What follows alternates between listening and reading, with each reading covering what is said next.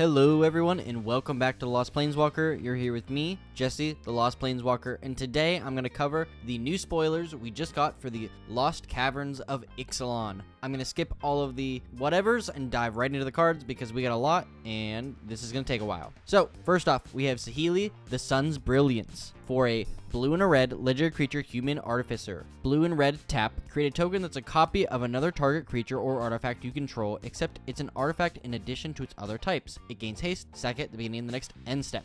Maybe got some combo things to go on with that, but it's a really cool ability. 2 mana, I really love little commanders like that with big potential, so this is a great card. Next is Quintorius Canned. 3 red-white, legendary planeswalker Quintorius. When you cast a spell from exile, Quintorius deals 2 damage to each opponent and you gain 2 life. Already starting off to a very good start. +1, create a 3/2 red-white spirit creature token. -3, discover 4. Discover is a brand new mechanic that reads, exile cards from the top of your library until you exile a non-land card with mana value 4 or less. Cast it without paying its mana cost, or put it into your hand. Put the rest in the bottom of your library at a random order. And -6, exile any number of target cards from your graveyard. Add red for each card exiled this way. You may play those cards this turn. And it starts with 4 loyalty. I think Quintorius has a lot of upside. I think using these new abilities, exiling stuff, and potentially giving you a lot of, mana to cast a bunch of spells or maybe just win the game with is a really cool concept. So I'm very excited about that. Next is Abuelo Ancestor Echo. 1 white blue legendary creature spirit with flying and ward 2. 1 white blue, exile another target creature or artifact you control. Return it to the battlefield under its owner's control at the beginning of the next end step. A cool blink effect that can either save something or bring it back so you get that ETB again. Very, very cool. Next is Vito, Fanatic of Akletozo. I think I said that wrong. For 2, a white and a black legendary creature vampire demon with flying. When you sack another permanent, you gain 2 life. If this is the first time this ability is resolved this turn. If it's the second time, each opponent loses 2 life. If it's the third time, create a 4/3 white and black vampire demon creature token with flying, and he's a 4/4. So kind of cool ability. Don't think it's particularly the strongest, especially for a mythic, but it's kind of cool. Next up, probably the most powerful, or one of them, from this set so far, is Ogier Tak Deepest Foundation. 4 white legendary creature god with vigilance. If 1 or more creature tokens would be created under your control, 3 times that many tokens are created instead. Forget about doubling season, forget about anointed procession, this triple, so we love that. When it dies, return it to the battlefield tapped and transformed under its owner's control. Then we can tap it to add a white, or pay 2 and a white, tap Transform Temple of Civilization, activate only if you attacked with 3 or more creatures this turn, activate only as a sorcery. Very, very cool card, seems very, very powerful, so yeah. Next up, continuing that theme from the Wilds of Eldraine, we have Restless Prairie. It enters the battlefield taps for a green or a white. 2 green white. Restless Prairie becomes a 3/3 green and white llama creature until end of turn. It's still a land. When Relentless Prairie attacks, each other creature you control gets +1/+1 until end of turn. Definitely a little bit of power upgrade compared to those other ones, but I really like it. Next up, we have Growing Rites of Itlimoc, which, if you remember, is a card from the first Ixalan block. So I'm very excited to see this. Works the exact same. When it enters, you look at the top 4, reveal a creature card from among them, put it in your hand, put the rest in the bottom of your library in any order. Then, if you control 4 or more creatures, you transform it. It transforms into Itlimoc, Cradle of the Sun. Add a green or tap to add a green for each creature you control. This is very cool. Now we're going underground. We're focusing on these mushroom guys. I really love this card. I love that they reprinted it. Next is Malcolm, Alluring Scoundrel. Legendary creature, Siren Pirate with flash flying, and when Malcolm, Alluring Scoundrel, deals combat damage to a player, put a chorus counter on it. Draw a card, and then discard a card. If there are 4 or more chorus counters on Malcolm, you may cast the discarded card without paying its mana cost. Then we have Uchbenbek, The Great Mistake. 3 blue black legendary creature skeleton horror. Vigilance and menace. Descend 8. 4 blue black. Return Uchbenbek, The Great Mistake, from your graveyard to the battlefield with a finality counter on it. Activate only if there are 8 or more permanent cards in your graveyard and only as a sorcery. If a creature with a finality counter on it would die, exile it instead. Descend is also a new mechanic. It's very, very cool, but this seems interesting. You basically bring this back. I'm not super sure where this fits in, but it's kind of cool. Next up is probably one of my favorite cards spoiled today, the Myco Tyrant. 1 black-green legendary creature Elder Fungus with Trample. The Myco Tyrant power and toughness are equal to the number of creatures you control that are fungi or sapperlings. At the beginning of your end step, create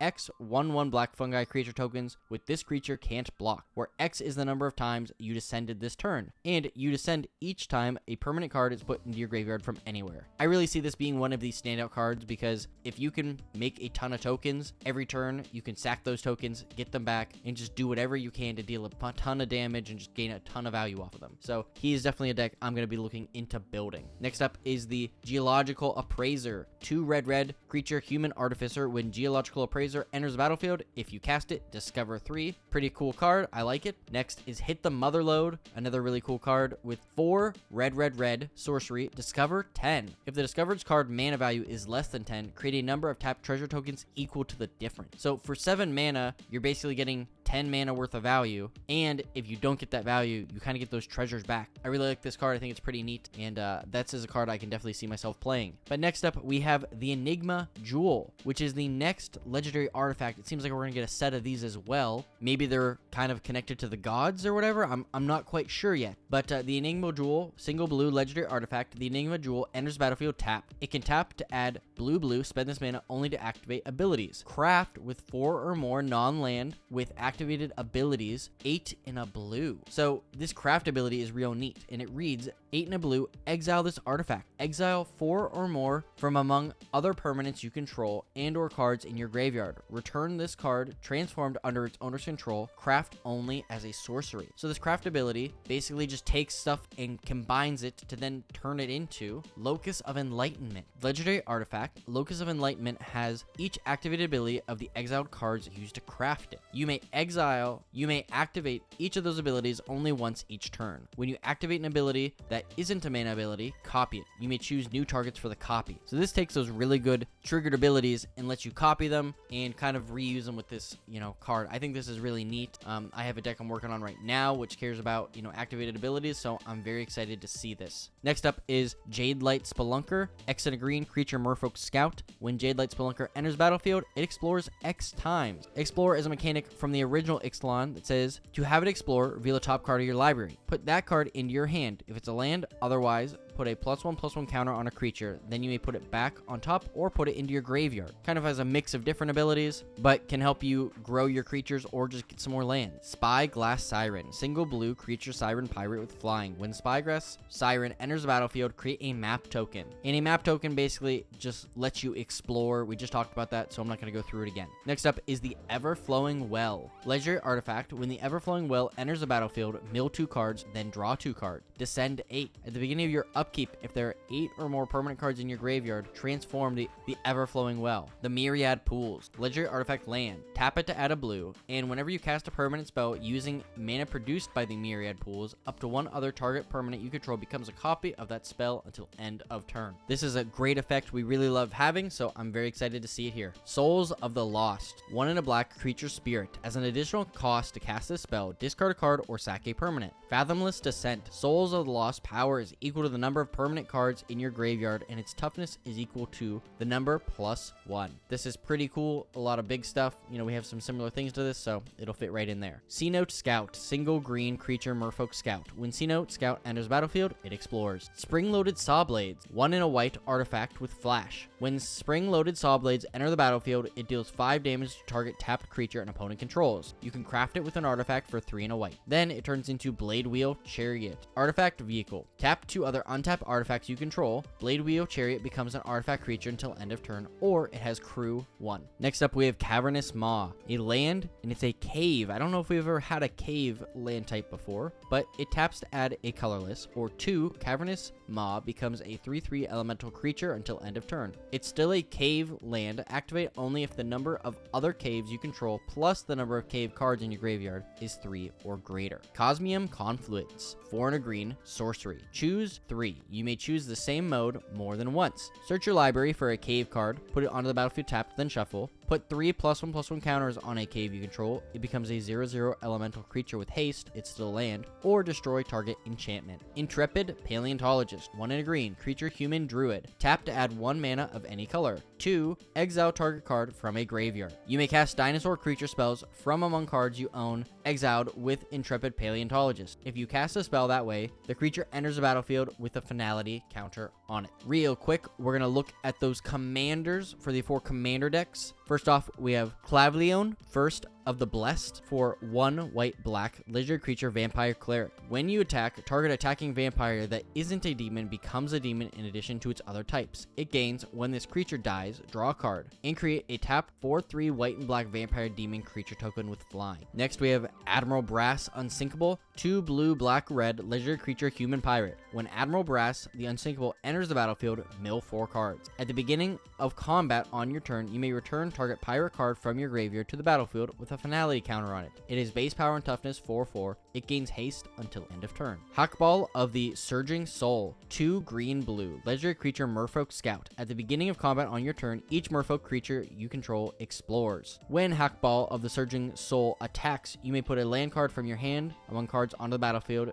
If you don't, draw a card. I really love this. I think it's pretty strong, and I'm looking forward to playing it myself. And lastly, we have Pantalazel, Sun Favored, 2 red/green/white legendary creature dinosaur. When Pat-Lazal, Sun Favored, or another dinosaur enters the battlefield under your control, you may discover X, where X is the creature's toughness. Do this only once each turn. Pretty cool commanders all around. I'm excited to see the rest of those decks. We did get another notable reprint from the past Ixalan set with Gishath Sun's Avatar. This guy is coming back. You know, we got some new card art, but all the same. 5 red/green/white, Vigilance, Trample, Haste. Whenever you do damage, reveal cards. You can put those dinos on the battlefield. So very, very cool. And next up, we have some more special guest cards with Underworld Breach, another great card. We have Thathios, Triton Hero, another cool one. Star Compass coming back. Expedition Map, one of my favorites. Looks like it's coming back in the commander decks, along with Chalice of the Void. Very, very cool. Back to the main set, we have Deep Cavern Bat for 1 in a black creature bat, flying in lifelink. When Deep Cavern Bat enters the battlefield, look at target opponent's hand. You may exile a non-land card from it until Deep Cavern Bat leaves the battlefield. Actually pretty decent. Bartolome de Pasado, 1 in a white legendary creature vampire knight. Sacrifice another creature or artifact, put a +1/+1 counter on Bartolome de Pasado. Pretty cool card. We got another carrion feeder basically, so that's pretty neat. Treasure Map, I can't remember if this is a reprint or not, but 1 tap scry 1, put a landmark counter on a treasure map.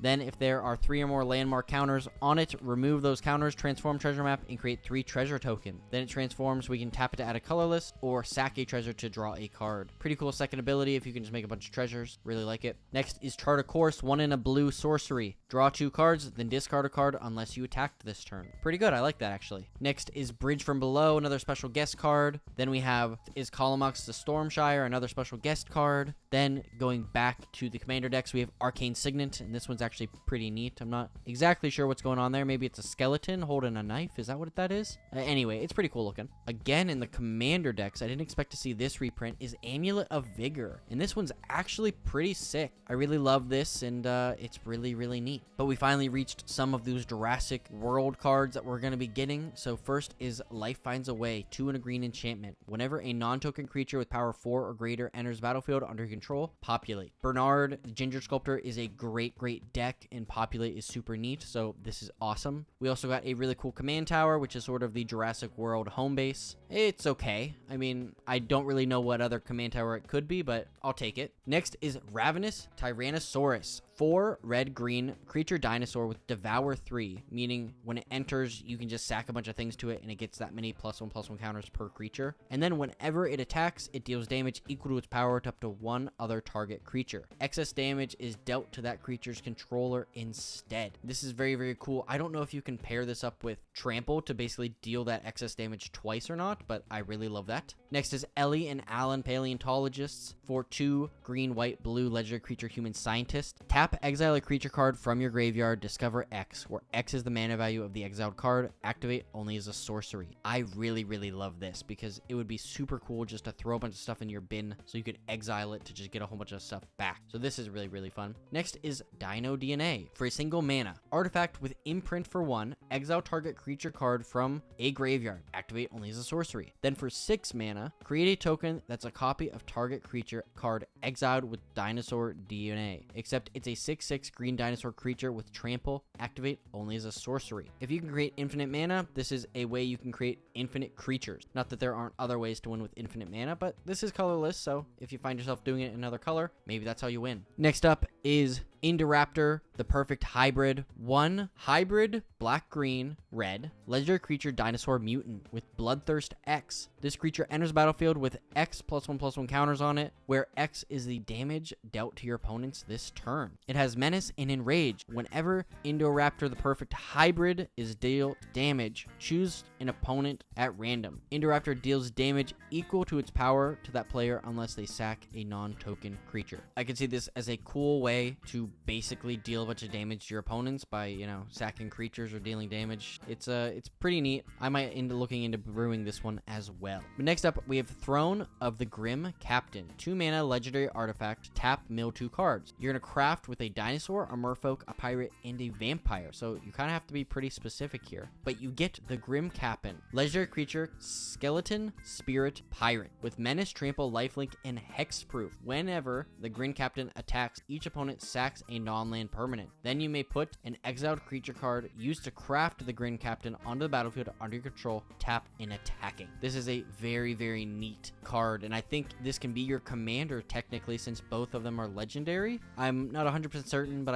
I'm pretty sure. So this would be very interesting to see. I don't know how many black dinosaurs there are, but yeah, I would love to see this being built, especially merfolk, pirate, and vampire. I don't know how many merfolk there are either that are mono black, but yeah, this is a very neat card, and I love the art for it. Next up, we have Idol of the Deep King. Artifact, 2 in a red, artifact with flash. When Idol of the Deep King enters the battlefield, it deals 2 damage to any target. Then you can craft with an artifact for 2 in a red. To get the Sovereign's Mashadal? I think it's supposed to be something like that. Artifact equipment, when Sovereign's Mashadal enters battlefield, attach it to target creature you control. Equipped creature gets +2/+0. Equip for 2.